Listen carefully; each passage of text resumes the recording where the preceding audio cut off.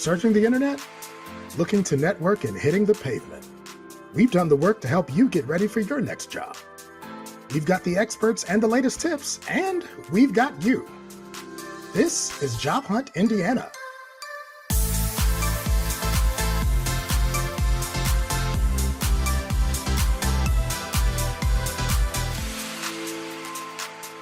Hi, and welcome to Job Hunt Indiana. I'm Olu Burrell. For the next half hour, we'll try to help you not only find and capture a new job, but also to find satisfaction and advance in your current career. Today, I'm glad to welcome McKay, Leadership Development Consultant at ADVISA. BJ, thank you so much for joining us today. I really want to just jump right into it. I know that you're one of the most positive people I know, right? And so it's only fitting that we talk about what it's like to gain confidence and knowing self as a strategic advantage in your job search. Can you tell me a little bit about your philosophy behind that? Thank you for having me. And my philosophy on knowing yourself in terms of when it comes to a job search or whether you're in a current organization is a little bit about just like my life story. It's like anything that you're doing has to start from like a well of abundance, or another word you can use is confidence. And different people find different paths to getting that confidence. But whether it's you're using AI now, you have job skills, went to this university, you have all of these like bona fides that you can put out there, none of it matters if you don't have confidence. And Advisa, we believe confidence is the currency of productivity. And that's what a lot of organizations are looking for from us that work anywhere or whatever you do.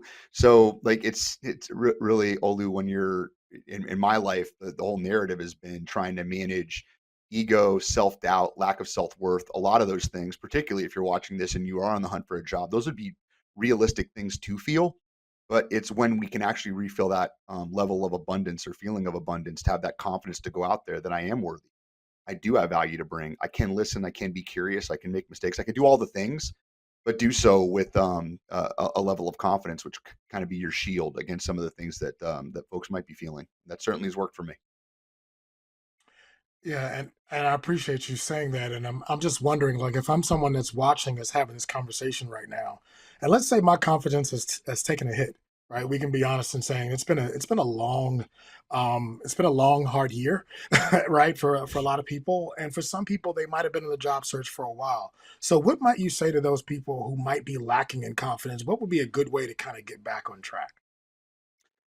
Yes, that's real, and it's hard. So for those listening, they're in that situation. Like I feel you, I hear you. If you're feeling like that's hard, and you feel like there's self-doubt, worry, depression, anxiety, all of the words that you can put into that soup that might be going on between your ears, that's real. Like that's the challenge, or the if you think about like a movie that you like to watch, like Lord of the Rings or whatever, like that's your character arc. You are the hero in that show. So to get to the answer of that, like how do I fill that up? It starts with self-awareness and self, which would be like knowing like what are my needs, what drives me, what moves me in this world, like what are the things that I need to feel self-confident, away from externals, away from the material, a certain amount of money, a job, security, all of those things. What do you really need? And a neat way to think about it, Olu, is like, what do I need in relationship? Because we think about Mhm. relationships with people, relationships with manager, or relationships with spouse and at home. Think about relationship with your work, with Mm, living out your purpose. And mm, when I'm working with people that are struggling in career hunt, I find a common theme is that they don't really know what they actually want. They know the material aspects of it. I want to make this much money and I'd like to do something in this field. I'm like, and why? And why is that important to you? And what do you think that work looks like and why? And it seems like the foundational structure of the house they're trying to build is just not finished yet. So what mm. that leads to is I end up in an interview process or I end up going somewhere and I'm three questions away from being exposed as not really knowing what I want, not really knowing what's important to me, not really at the deepest level. And at that deepest level, Olu, when I'm in that kind of like that cesspool of like kind of looking for a job for so long I can't find it. The beautiful thing about doing self work and thinking about what I want and advocating for yourself that way is it's 100% within your control. You don't need a job. You don't even need permission to do it outside of permission from yourself to take that inventory. And by the way, the hardest time to do this are the people that are most material in the most material struggle. So if you're just struggling to buy groceries next week, or to pay your rent, or to pay your mortgage payment, like that's the hardest time to pull back and get on the balcony of your life to think about the bigger picture things, when those near term material needs are such a struggle, where any job would be a blessing. But Yeah. whether it's on your next opportunity, or the next job, or the bridge job that you have, at some point that work has to be done, or you'll continually find yourself in unfulfilling work, or things that are misaligned with your gifts, what you actually want. All of those things, when you look back on the long arc of your career, that when you make that decision and you do that kind of interior build work, you are in a much more durable, I mean, almost be it indestructible position, once you can really put your finger on, I know who I am and I know what I want. Yeah, I appreciate you, kind of conjuring up the image of being a hero or heroine in people's lived existence. And I also appreciate you speaking about why it's important to kind of know your purpose and to work towards that, even if you are on the job hunt, right?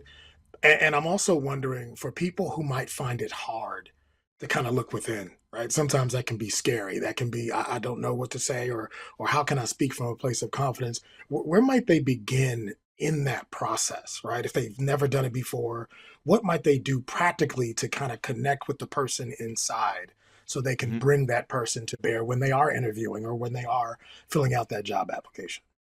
Yeah, I have two paths that, to keep it simple, that you can follow, that I think would have merit.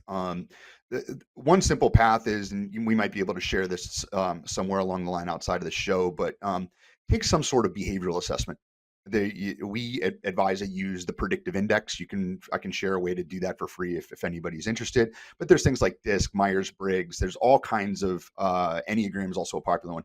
Any of those, particularly for the people like you shared, that it's tough for them to do that, it will turn a lot of the things that you're feeling into legible words that you can interact with. So it'll make the conversation with self more tangible, where you're like, oh, I Mm, never thought that was a thing. And that's a good way to put it. Like, this science has been proven out to, like, draw language, human language, and add this context to it.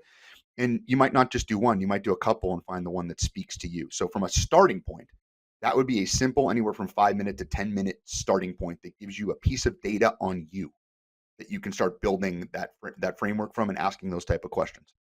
The second would be, when you start defining success in the most pick the most materialistic terms you can find.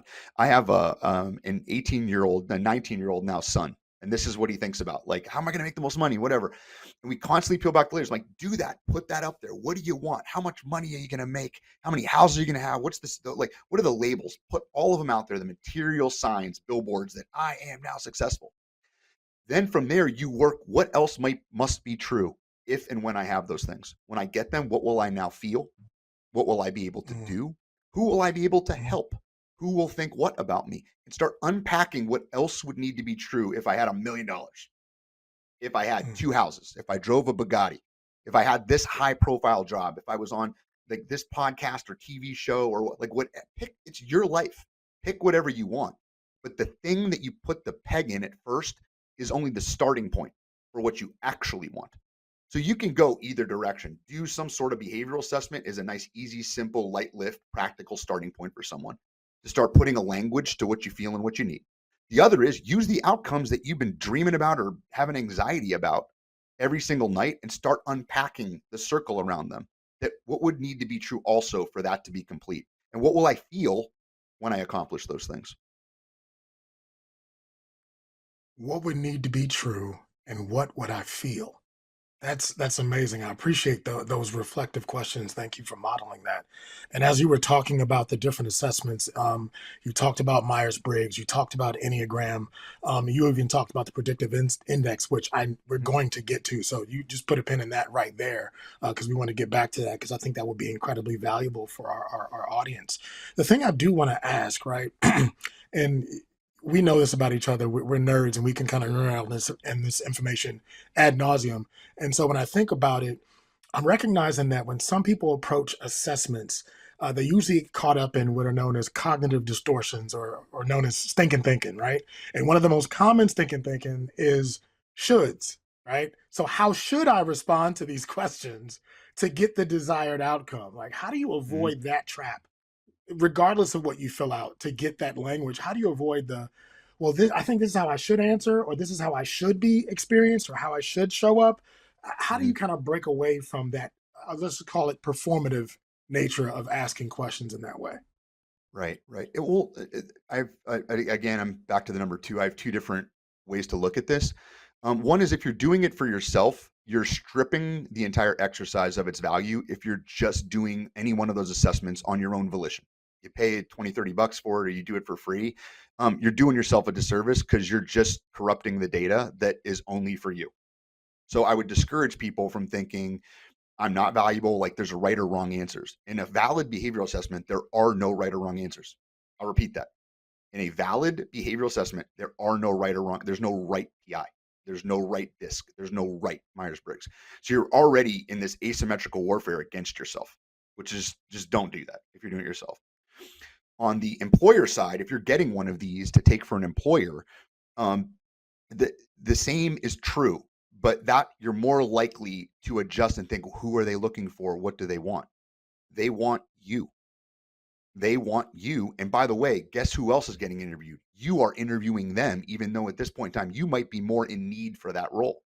So it behooves you near term, midterm, and long term to just take it and assume that they're looking for you, who you are, where you get your self confidence, what your needs are, and then how those turn into behavior, what gives you energy and what doesn't give you energy.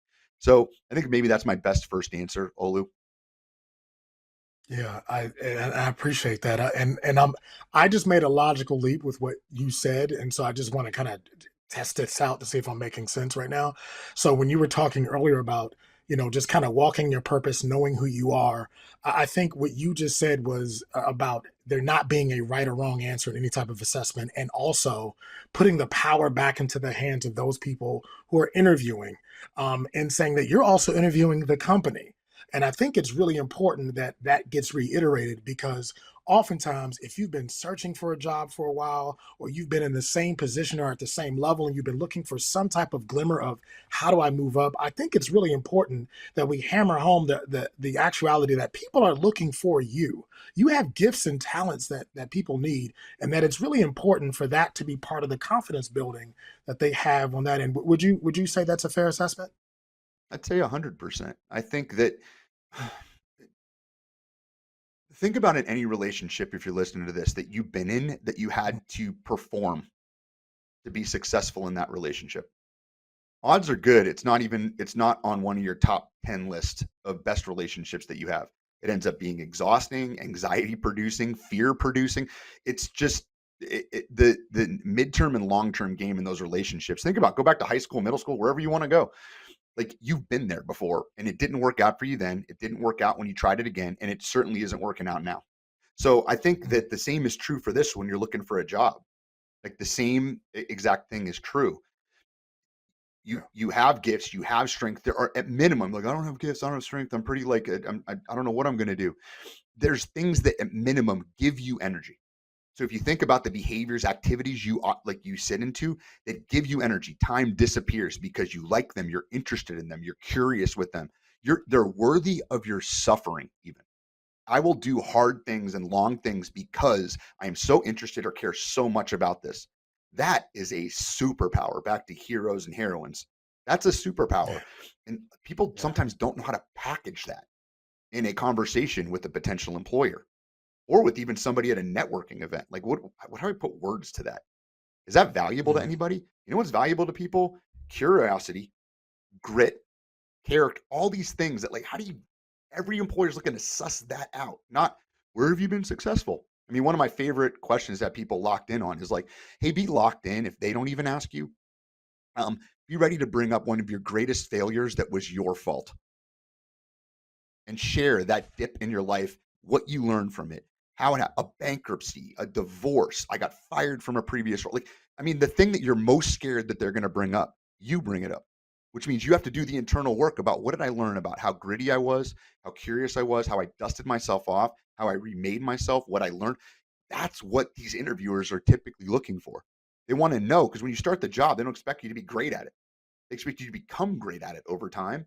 When you share those Mhm. stories, you've given them something that people, some of them like blue chippers that have like Harvard MBAs might not even have.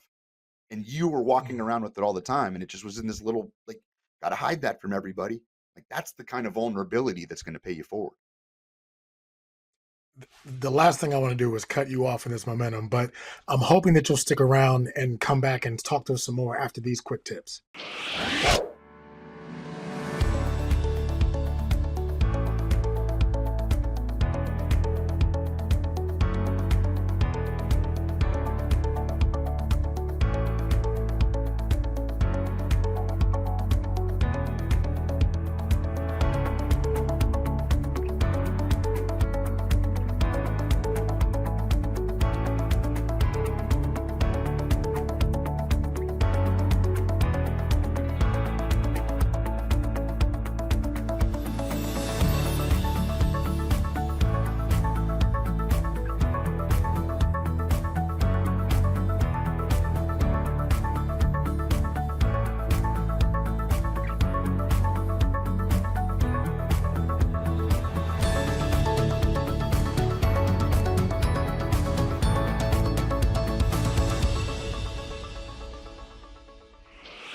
Once again, we have BJ McKay, Senior Leadership Consultant at ADVISA. Now, BJ, before we went to our quick toss, man, you were dropping some gems, and I was going to let you cook, as they say, as the young folks say. I'm sure your 19-year-old says that to you sometimes. But when you said to talk about like my failures, or like that's counterintuitive, and yet that's usually the question that people are always asked to say. And you talked about being confident earlier. How do I show up in confidence when I'm telling you about a failure that I just experienced, a huge one? And how do I avoid feeling judged when I do so? Um, I think the thing to linger on there is the feeling judged part, because who do you think is Mm, interviewing you? A company? mm, No, it's a person with all kinds of flaws. They were a baby once too. They made all kinds of mistakes. You're looking at a mistake-ridden human being sitting in front of you. They happen to be in a temporary position of power dynamics. They're interviewing you. They are evaluating you, but that was the agreement when we walked into that conversation. So I think that it's, you have to, your feelings, you're going to feel what you're going to feel. Like, I'm nervous about this. I really need this job. I really like this company. I'm so excited for this. That's where it's like practicing these things, starting with the things you would least like to be asked in an interview, and start spending time sitting in those and thinking about what those interviewers are really pegging for. What are they looking for? Do you talk fluently? How did you dress for the interview? Or like, how do you talk? There's some of that superficial things. But what they're looking for, are you going to be able to do this job, make mistakes, come back around, be curious, own results, particularly owning results that weren't great? That's what some of their yeah. biggest struggles are with the people that already work there. So when you're able to articulate that into, this is not going to be perfect, I'm going to make mistakes. As a matter of fact, let me share a couple of those with you. The confidence that resonates, the amount of confidence you have to even step into that danger and do that, is going to resonate with the people that you're interviewing. And by the way, if they're looking to interview the person that's not made any mistakes, that is walked free and clear, that has never like had any stumbles, it's been just nothing but like a chart that just goes straight up. I make more and more money and I get better and better every day and I don't have any setbacks. That is a delusional interviewer, and they're going to be in trouble. They're probably not very good at their job in that case. I would say so. I'm in total agreement with you. I thank you for the gift of that reframe. And one of the things that I heard you say earlier that I definitely wanted to tap into is you spoke earlier about the Predictive Index. That is a free tool that you all have at Advisa.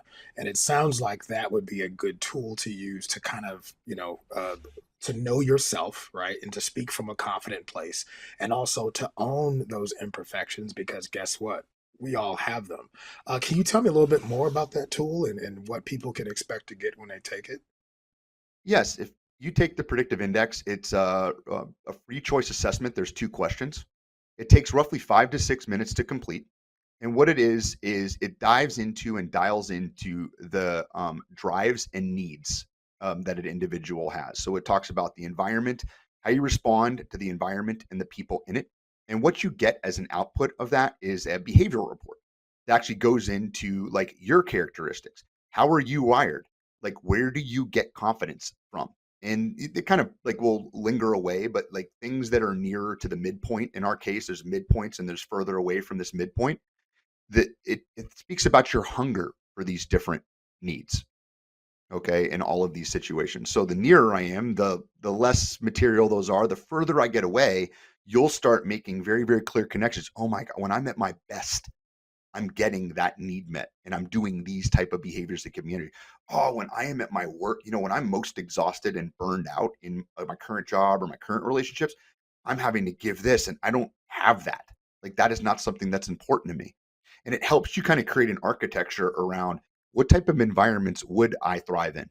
Someone like this. Mm, And by the way, whatever your pattern ends up being, you're not the only one. There's groups of them and there's types of jobs that are likely more accommodating to getting those type of needs met where they want you, not somebody else or some different version of you.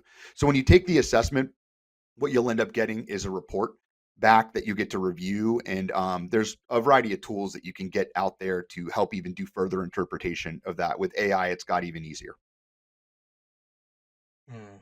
Okay, thank you for that. So we're coming up on about 4 minutes left, but I did want to give you an opportunity to plug the website where they can find this tool and take it.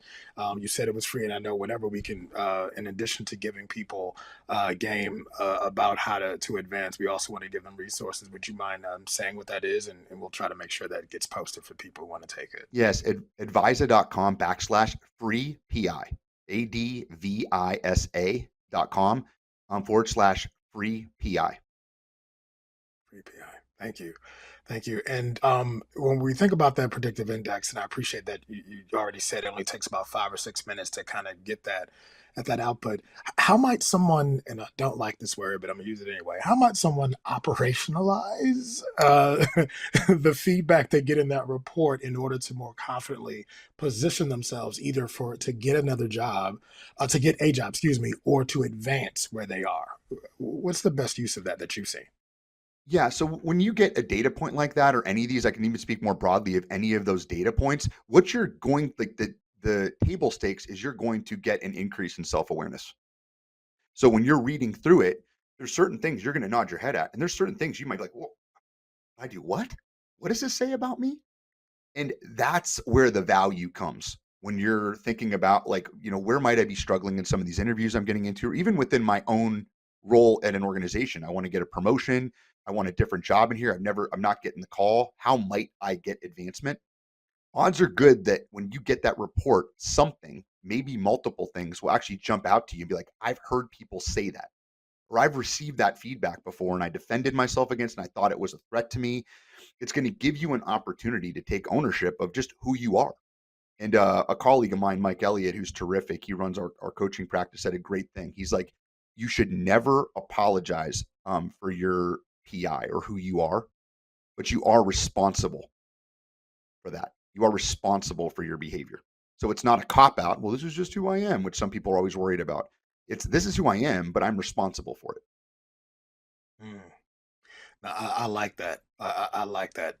You put the onus back on the person to do it, and I think that's both empowering, and the fact that you lean into responsibility is really important because I think the temptation, if I may be so bold as someone who's taken tons of assessments, is the temptation is to see it as a blame. But what you're saying is you need to be more responsible for who you are and how you show up, and I think that's important. I know we're about a minute 30 seconds left, right? So thinking about it, as you think about the best way for people to both use this index and perhaps the way in which they show up in confidence, how might they receive the feedback that they need, maybe from people they know, like, and trust around their blind spots that might be helpful? Yeah, first of all, you might be surprised at how many people are willing to give you feedback. I always share with we're doing leadership development that if you go out and say, "Hey, we as a management team think we need to be better," or "We're making a lot of mistakes and we should improve." Believe me, no one's going to put their hand up like, "No, no, no, you're perfect. You're terrific. Don't change at all." The people that are close to you, you can go out. I'd actually give them the feedback. Say, "Hey, read this to me. Like, what jumps out at you?" Like, use it within your inner circle to try to tighten everything up. Because remember, the walkaway point that we're trying to accomplish here, Olu, is self awareness, building abundance in my current situation, so that I can be confident when I'm in that next conversation, be it for an interview, for a job if I don't have one, or for a promotion or a different job that I'm really excited for, think I would do well at.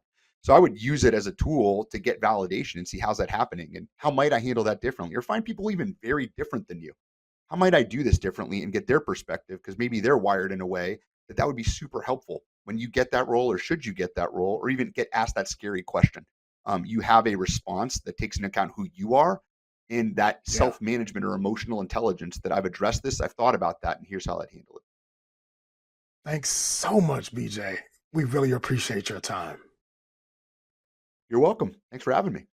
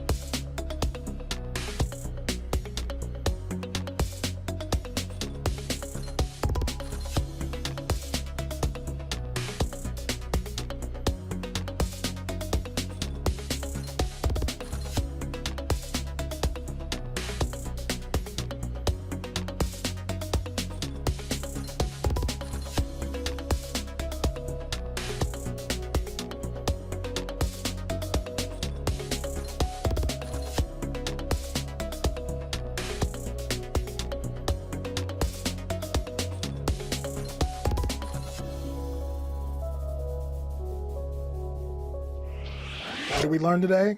Knowing yourself is your ultimate strategic advantage. For Job Hunt Indiana, I'm Olu Burrell.